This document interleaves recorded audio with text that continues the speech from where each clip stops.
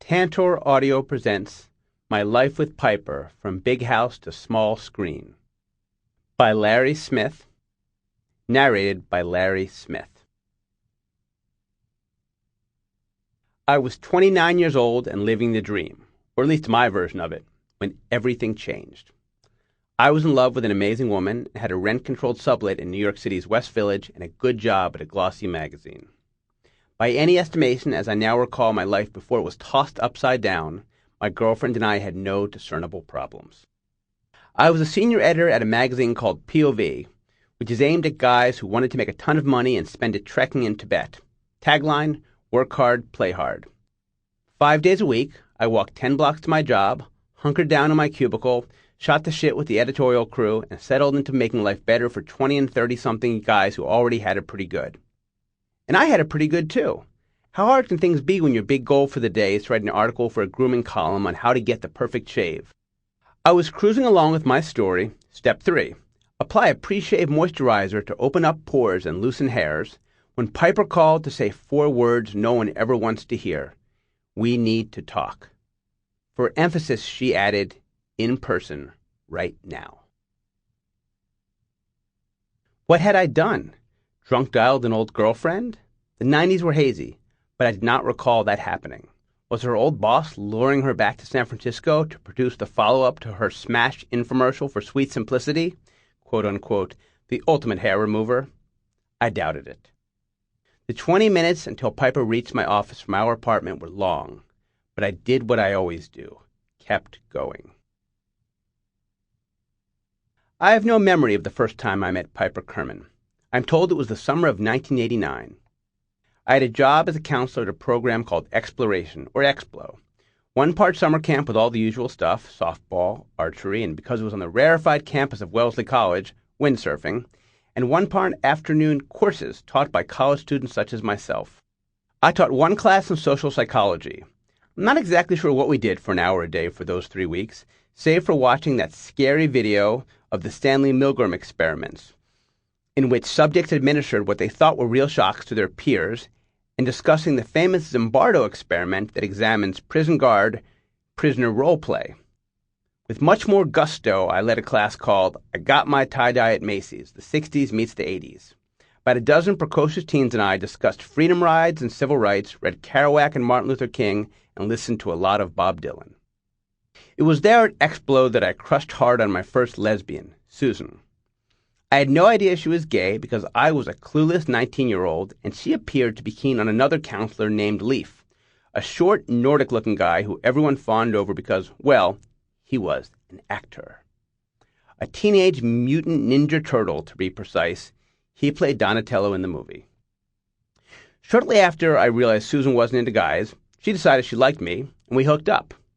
I had no idea then, for whatever reason, I would love a lot of lesbians in the next 2 decades, and they, oddly enough, would love me back.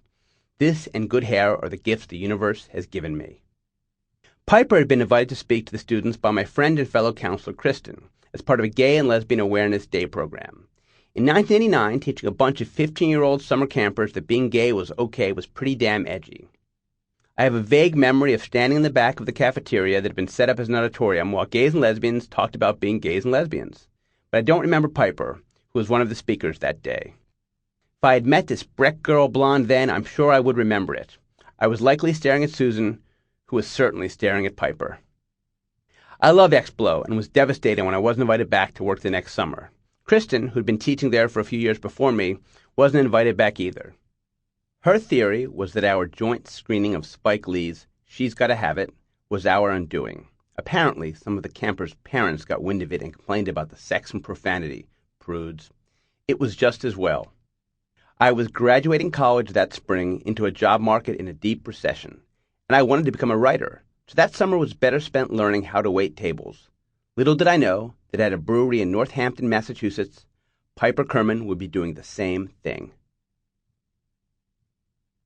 Piper and I arrived in San Francisco via very different routes, even though we were heading west for the same reasons, to reinvent ourselves. Going to college at the University of Pennsylvania, just 30 minutes from the South Jersey town where I grew up in a loving and occasionally smothering home, had me itchy to expand my worldview. Don, a friend since fourth grade, also had the notion to get out of Dodge after we graduated in 1991. The plan was this: take as long as our funds would hold out and see as much of the country as possible, with a vague idea that we'd end up in San Francisco. We camped in our blue LL Bean tent. We slept in our car and hotel parking lots and cleaned up in lobby bathrooms in the morning. In some cities, we called upon parents or friends from college, asking to crash in their guest rooms. We did it because we were 21 years old, had little self-consciousness and lots of entertainment value, and usually ended up being taken out to dinner. In St. Louis, we woke up to the smell of just-baked muffins my friend Allison's mom left us. On the kitchen table was a note that said, "Tom and I will be home at 6, and we're all going to go out for burgers. I've left you the house keys and a map to the city." We got high and went to the Arch. We looked for juke joints in the Mississippi Delta. The night we arrived in New Orleans, we checked into a youth hostel and then hit the town hard, and shortly thereafter were mugged at knife point. Briefly, but with enthusiasm, Don and I looked into renting an apartment in Kansas City and applying for jobs at the weekly newspaper there. We encountered a friendly anti-Semite in Texas and were gently propositioned by a threesome by a man who worked at the Carter Center in Atlanta.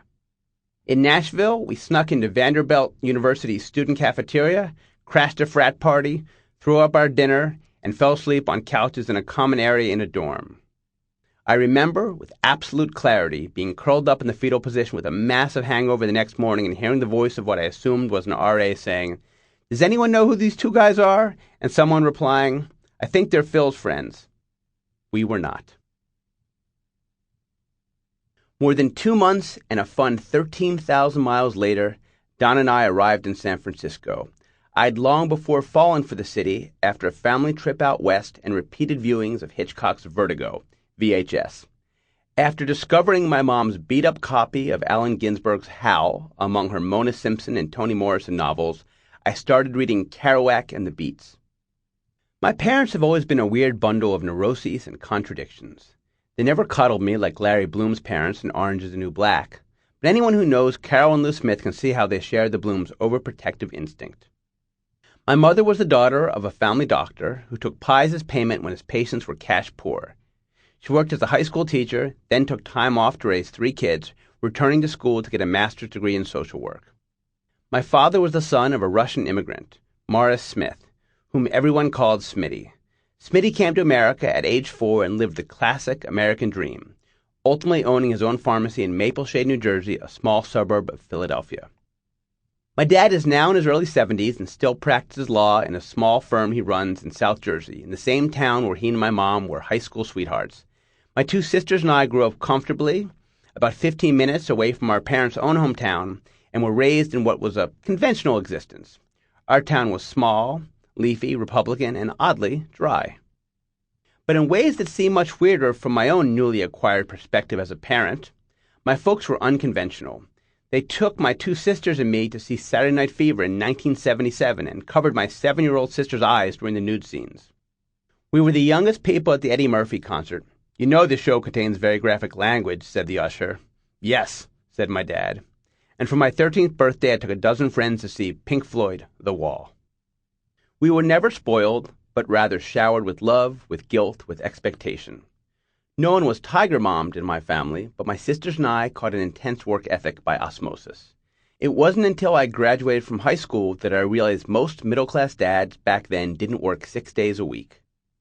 With the help of grandparents who embraced every early bird special they ever met, I still have a soft spot for the Olive Garden, my parents put 3 children through college. Their terms and conditions: we were not allowed to apply to school on the West Coast. So perhaps it was both my destiny and suburban boy rebellion to head west as soon as I was on my own. In the early 90s, San Francisco was still years away from its first tech boom, and you could show up with little money and make your way. My 6-week search for a place to live ended when I wandered into a garage sale taking place inside a 3-bedroom apartment in the Lower Haight area. Everything in the apartment was for sale, and the occupants were determined to empty the contents as quickly as possible. A deal was soon brokered. For $1,000, Don and I would be the proud owners of everything left over, not limited, but including a TV and VCR, 1 sunken, ratty brown couch, 2 beds and a mattress in a room with a loft, 1 picnic table that doubled as the kitchen table, a large, working, smelly, fish-filled aquarium. No fewer than 60 wicker baskets of various shapes and sizes that all hung off thumbtacks on a large wall in the kitchen, and a cat named Woody. For $800 a month, it was all ours. I got an internship at SF Weekly, the city's alternative newspaper, and a series of jobs waiting tables at increasingly worse restaurants, culminating in Pizzeria Uno, where I served $9 lunch specials and drank after my shifts like only a 20-something with tip money in his pocket can. I started getting freelance assignments, which was fortunate, because I was a terrible waiter. One of my first accepted pieces was for a weekly called East Bay Express. I wrote an overwrought personal essay in response to a Time magazine cover story about Generation X. I don't have the stomach to reread those words now, but the piece was illustrated by a guy named Dave Eggers, who had also recently arrived in the Bay Area. Dave said he liked my story and wanted to get coffee. He had an irresistible charm and a way of making you believe that anything was possible. He invited me into the crew that would help him launch Might magazine. Tagline, "It's a goddamn brain picnic for the young and the restless." Might was not long for this world, but it catapulted Eggers and many others in its lattice into professional orbits, changing my own life along with it. Across the country, Piper Kerman was finishing up at Smith College and moving into, briefly, a similar path. Faced with a terrible economy and little sense of what she wanted to do with her life, Piper took a job at a brewery in Northampton, where she got entangled with an older woman, known as Nora in Piper's memoir, and reinvented as Alex Voss on the show. I have to take Piper's word that Nora, too, had an irresistible charm and a way of making everyone in her orbit believe anything was possible, changing Piper's life along with it. Less than a year later, Piper would tell her lover that she was leaving her and the drug world she'd become enmeshed in and heading to San Francisco. A few months after settling into the city, Piper was working 2 waitressing jobs, keeping her secret passed very close to her vest, and moving into a flat 2 blocks from me. I almost didn't meet Piper a second time. I stayed in sporadic touch with my friend Kristen from Exploration over the years. This was pre-Facebook, after all, when you really had to work to keep up with friends. When Kristen left a message on my answer machine to say that she was in San Francisco, I was pleasantly surprised. She invited me to join her and a friend for brunch, which I almost blew off because I had a writing deadline. When I realized they were meeting just 3 blocks from my apartment, I powered down my Mac Classic and arrived halfway through their meal at a place called Kate's Kitchen. Piper was pretty by anyone's standards, but blonde, blue-eyed, waspy girls are catnip for hairy Jewish guys like myself. I zeroed in on her killer calves, the kind you only get from good genes and miles of running. Piper and I got off to a good start, bonding over our love of Kate's bacon cheddar pancakes. The conversation turned to sex. Piper mentioned that her relationship was in a rocky spot.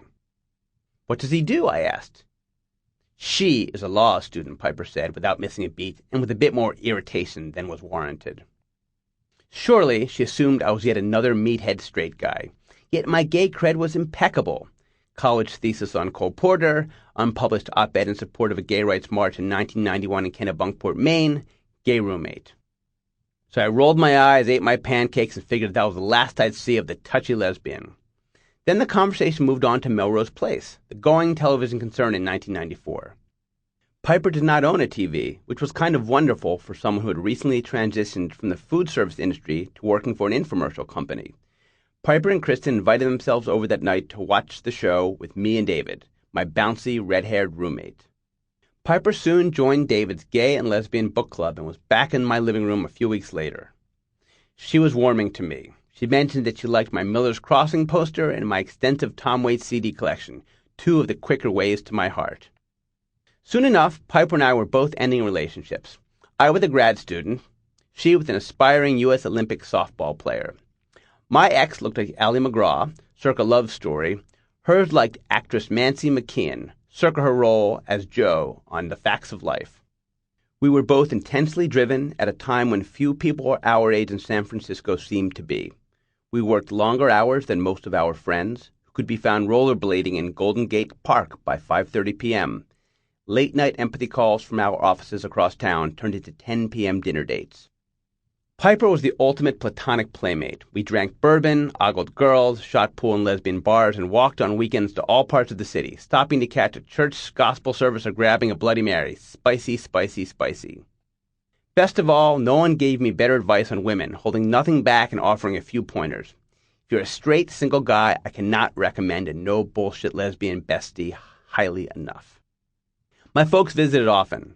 They loved San Francisco and adored my ex-girlfriend, Harvard grad, tattoo-free half-Jew that she was, and were taking our breakup hard. As we walked down Haight Street during their first trip to see me after I told them the bad news, we ran into Piper. She was carrying a basket of freshly laundered clothes, her blonde hair bouncing in time to her step, poised, personable, and most likely wearing a sundress. It was easy to see why, as she once told me, she was the friend other friends took along to dinner when their parents came to town. We all said goodbye, and I could see my dad's brain working as he watched Piper trot down a street paved with piercings, surly tattooed video clerks, and pre-Etsy handcraft shops. "Now there's a nice all-American girl," Lewis Smith, Esquire, announced. "Why don't you date her?" "Thing is, Dad, that's the all-American lesbian," I explained. My father shook his head in a familiar way. It wasn't a shake of disgust or disappointment. It was the gesture of a man who still used a dictaphone instead of a computer and knew he never would adjust to a rapidly changing world. "I just can't figure this place out," he said, with an appropriate look of defeat and a hint of a smile. My first weekend of going away with Piper seemed innocent enough. The plan was that we two good pals, neither of whom theoretically had any romantic interest in the other, would drive up the coast, check into a B&B, and kick back for a night. When I shared this weekend agenda with my roommate, he was dubious. Hadn't I fucked up a number of female friendships already in the messy year I'd been single? Yes. "What's the big deal?" I countered. Piper and I had slept in a bed multiple times after nights of excessive drinking, all without incident. One night away, piece of cake. "Larry," my roommate said to me like a stern father, "remember, she's a lesbian." I tried to. When you've been sitting across the coolest, hottest woman you know in the dining room of the Boonville Hotel in Northern California, having the best time in your life and finding yourself doing things you've never done before, like ordering port, things get cloudy. The drive home the next morning was awkward. I was sure we were not going to be lovers and wondered if we would still be friends. The following year, I went to the Desert Arts Festival Burning Man with garbage bags full of ready-to-burn wicker baskets from my apartment's walls and 20 friends who comprised our new theme camp called Motel 666. Over the next 3 days, I learned about the genius of the gift economy, nothing for sale, everything as a no-strings-attached offering of perhaps what are often playful trades. Met the soon-to-be-famous author, Jonathan Lethem, who gave me a galley of his first book, Gun with Occasional Music. Wish I kept that book. He was camping with my friend, the cartoonist Tom Tomorrow. It was there, in alternating states of crispiness, confusion, and elation, I began to become the adult person I was meant to be. And I shared a tent at Burning Man with my new girlfriend, Piper. That fall, I wrote a story for the men's magazine POV about the festival, and it ended with a series of responses to the question, "What does Burning Man mean to you?"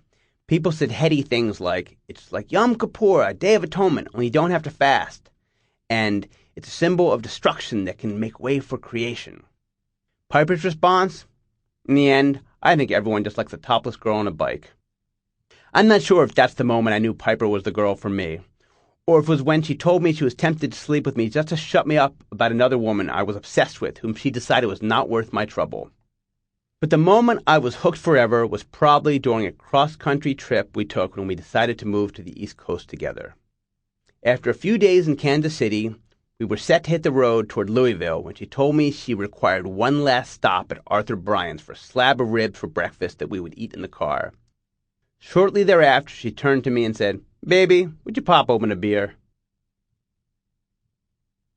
The freedom of that road trip and our first year back east that followed was about to come to an abrupt end. 20 minutes after saying, "We need to talk," Piper appeared in my office. The look on her face told me whatever was going on was about her, not me. She pulled me out onto the building's fire escape. And so it began. You know how I told you I worked for an international art magazine after college? I did remember, but Piper had always been vague about that time in her life. Against everything in my nature, I had not pried about this unclear, seemingly lost year traveling the global art world with a girlfriend Piper never talked about. Her post-college years sounded cool, but all she said was that it was not a great time in my life. I knew nothing about everything she was about to tell me. a story that years later would be told by Piper herself in a book that's been translated into 20 languages, a story that would stream to millions of people across the world. I don't remember the exact first words I said on that fire escape, but the scene that played out before us was pretty close to what happens between Piper Chapman and Larry Bloom in the first episode of Season 1 of Orange is the New Black. Unlike Larry Bloom, I didn't actually say, "Are you fucking kidding me?" Clearly, she wasn't. The blood did not drain out of my body, leaving me lifeless, nor did I lose my mind and start screaming. I didn't, like Larry Bloom, exclaim, "Who are you? I feel like I'm in a Bourne movie. Have you killed?" But I wish I had. It's a great line. Piper didn't tell me everything about her secret past that afternoon. She feared that I could be called to testify against her if she did. But she gave me the mind-blowing broad strokes. Shortly after graduating from college, Piper fell for what she described as a sophisticated older woman who asked Piper to travel with her to Bali, Brussels, and beyond as she continued her part in an international drug cartel. Piper was led to believe she would not have to do anything with the drug ring itself, but simply be there to keep her girlfriend company, all the while enjoying fancy hotels, decadent meals, and other so-called perks of the trade. A few months into their travels, Piper was asked to carry a bag of money from Chicago to Brussels, which she did. Shortly after that, she was asked to carry drugs, which she narrowly avoided. She broke up with her girlfriend, fled the scene, and relocated to San Francisco. Fearful that her life and possibly her family members' lives were in danger, she told her parents a version of what she had been through and what she had done. For many years, her secret seemed safe. Finally, she was telling me for the first time. As has now been seen on TV, with many of the same words I used that afternoon, I told Piper I loved her. I told her we'd deal with it. I told her we'd get through it together. She told me she needed to borrow a cell phone from a coworker of mine in order to call a lawyer in case our lines were being tapped. Paranoia? Perhaps. An indictment does that to you. The men in my family would not be described as brave. What we are is loyal, and we are good problem solvers. So I moved into trying, with as little emotion as possible, to help fix this thing. It would be years before we would tell my own father and mother anything about this ordeal. Right then, I needed to talk to someone who could at least help us navigate the road right in front of us. So I called Eric, a good friend, and more importantly, an attorney. He was a big networker and would surely know more than we did about finding good legal counsel in Chicago, where Piper had been indicted. Above all, he was available to drink at lunch the next day. As Piper began to wind her way through the criminal justice system, we kept our situation quiet from all but a few intimates. This decision was both practical and emotional. The late 90s swept Piper out of her career making infomercials, peaking in my mind the year she worked on a TV project for the New York Jets. Next up, like so many smarties back then, Piper was swept into the dot-com bubble. She was a creative director at an online agency that seemed to be sold and/or changed names every few months. And let's face it, you're unlikely to be promoted at the top brass that your company knows you're about to be shipped off to the clink without much warning. While Piper's job often involved standing over a 20-year-old and making sure he coded instead of playing EverQuest, she wanted to keep it. It was important to stay busy and stave off thinking about the future. And we had mounting legal bills. Then there was this consideration that cannot be overstated. If you know your friend or family member is very likely on her way to prison, the topic threatens to consume every conversation. Even the chats among the few people who knew what was happening were draining. Perhaps the most annoying reaction was disbelief, as in, middle-class white girls don't go to prison for old drug crimes. It's a sentiment that's fucked up on multiple levels, probably because to some extent it's true. Because it implies we could buy our way out of the problem, and because I knew Piper was going to prison. I did not know when, and exactly for how long, until she appeared before Judge Charles Norgal on a cold December morning in Chicago in 2004, pleading guilty to a reduced charge of money laundering and receiving a reduced sentence of 15 months in federal prison. Piper was scared and angry and depressed. Scared because she had little idea of what to expect inside a prison. Information about the female prison experience was scarce. The early 80s TV show Prisoner Cell Block H and the memoir of a Scarsdale diet murderer, Gene Harris, just don't get you very far. Angry because it all seemed like such a waste of government resources, a waste to remove a functional and now law-abiding citizen from society 10 years after the crime. A waste of the opportunity to have Piper do years of community service, such as working with addicts, talking to kids about her mistakes, or mentoring young women in trouble. To depressed because 6 years knowing you could be sent to prison at the drop of a hat will break anyone, even my unbreakable girlfriend. I was mostly fine. There were moments when I thought about Piper's decision to break the law and was furious. I wasn't mad because Piper made a decision when she was young and stupid. I was mad because I did the math on all the time and mental energy consumed by the ordeal, and it was time we wouldn't get back. There's just not enough meditation in the world that could make most men I know believe everything happens for a reason. When you live under a cloud of uncertainty for so long, a cloud that you can't help but think is pissing on your best years. Even so, these feelings rarely came up when we were in the middle of everything. To be mad while Piper was freaking out before her departure or trying to navigate this new world just didn't seem like a fair fight. I may have become an angrier person during Piper's time in prison, but I also became a more patient one. As the actual sentence neared, we began what felt like both a coming out, I'm a convicted felon, and a farewell party, who'll be going away for a while, as we told our larger circle of friends. We spilled the story to gaping looks, uncertain questions, and supportive hand squeezes. If we seemed calm, it was because we were both ready for her to get in and then out of prison and move on with our lives. We got good at these talks. It became a script we had down cold. I also realized that when you tell your friends a story like this one, they pick up the check. I started booking these get-togethers at better restaurants. How our friends reacted told us as much about them as it did about us. Our friend Candace burst out, "No fucking way. I knew something big was up. A bunch of us thought you were in the CIA."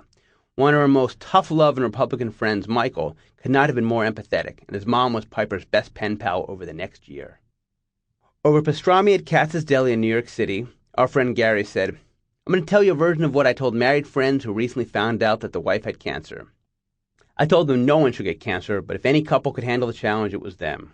In other words, honey, if any couple has to have a spouse go to prison, it probably ought to be you, because at least your friends all know you'll be okay." Gary looked at me, and we all looked at each other, nodding in tacit agreement. Larry, on the other hand, wouldn't do so well in the pokey. In the spring of 2013, I'm watching an advanced screener of the soon-to-be-released Netflix show Orange is the New Black. And a guy named Larry, who looks more like me than not, proposes to a blue-eyed blonde named Piper, looking like the younger cousin of my wife. They're on a beach, as we were when I proposed, and he removes a ring from a sealed plastic bag, as I did. Larry Bloom, in one of his best lines on the show, explains, "I gotta lock this shit down before you leave, Pipes." I'm pretty sure I said that too, and even if I didn't, it's the scene at which my friends dropped their vocal opposition to Jason Biggs. For the record, though, I have never called her Pipes. When Piper optioned her book to Genji Kohan, the creator of Weeds, a number of us were asked to sign over something called life rights. In short, some version of our lives could be depicted on the show, and we each agreed not to sue its creators if, for example, the character based on one of us was depicted as snobby, dopey, bitchy, overbearing, short, whatever. There's a tremendous amount of trust that Piper had to put in Genji.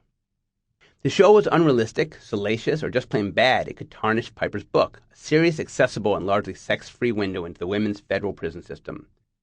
It was also a memoir written by a reluctant memoirist. Piper is a private person who told her story because she believed she could get a lot of people to pick up a book about prison who probably wouldn't otherwise. Through this so-called Trojan horse protagonist, who might remind people of themselves, their daughter, their niece, readers would get a peek into the diverse and complex world of women in prison. Who they are, what happens when they get there, and what kind of world they're dropped back into when they are released. The reaction to the book, Orange is the New Black, gave Piper an opportunity to speak out on criminal justice reform, an opportunity very few prisoners have. The decision to give such a personal work over to a stranger, albeit one who's won an Emmy, looks easy now. Back then, it wasn't. Piper's instincts are great, with one certain exception, and she is not risk-averse. She liked Genji a lot and trusted her to do right by her book and the issues it brings up, while doing what Genji Kohan is paid to do, make compelling television. And we trusted Piper, so we all signed the form. The one exception was her brother, who always likes to go his own way. As the show began to come together, Genji asked us a question. Could she call the main characters Piper and Larry? Tough choice. The show works. It's great to be the real Piper. But the real Larry? I wondered why they wanted to use a name that peaked in popularity in the 1940s. In a rare moment of not overthinking, I gave in and said sure. It was a much bigger decision than we realized. It's trippy to watch an adapted version of some of the most intense, intimate moments of your life play out on TV. in some version of real time and know millions of others have watched it as well and have formed an opinion of Piper and Larry. It's one thing to see someone reading your wife's book on the subway, quite another to be standing in line for a movie and hear the guy in front of you say to his date, "Hey, that newsstand we passed looks just like the one where Larry and Aunt..." Sample complete. Ready to continue?